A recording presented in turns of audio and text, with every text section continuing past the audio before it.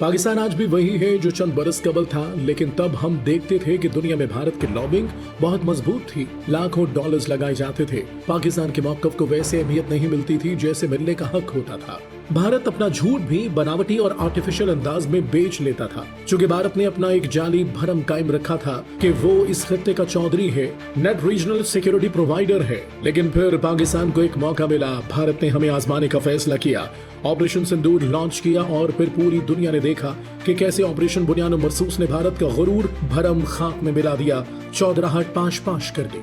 लेकिन आज पाकिस्तान की पूरी दुनिया बात सुनती है, मौकफ की हिमायत करती है, पाकिस्तान की तायीद करती है, पाकिस्तान को फाते के तौर पर प्रोटोकॉल देती है, क्योंकि ऑपरेशन बुनियाद मरसूस ने खित्ते में ताकत का तवाजुन बदल दिया, पाकिस्तान का तशख्खुस पूरी दुनिया में बदल कर रख दिया।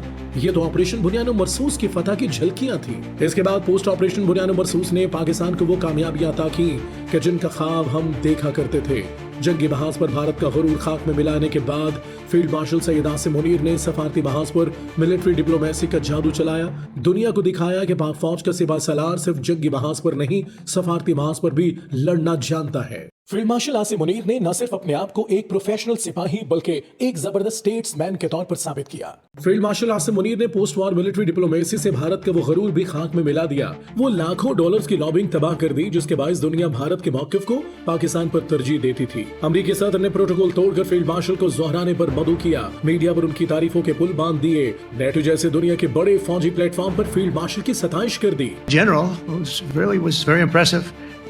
The general from Pakistan was in my office last week. Field marshal के मिलिट्री डिप्लोमेसी का ही कमाल था कि ट्रम्प को पाकिस्तान को जिम्मेदार रियासत करार देना पड़ा, कहना पड़ा कि पाकिस्तान ने दुनिया को एटमी जंग से बचाया। फील्ड मार्शल का फिर दूसरा अमेरिका का दौरा हुआ।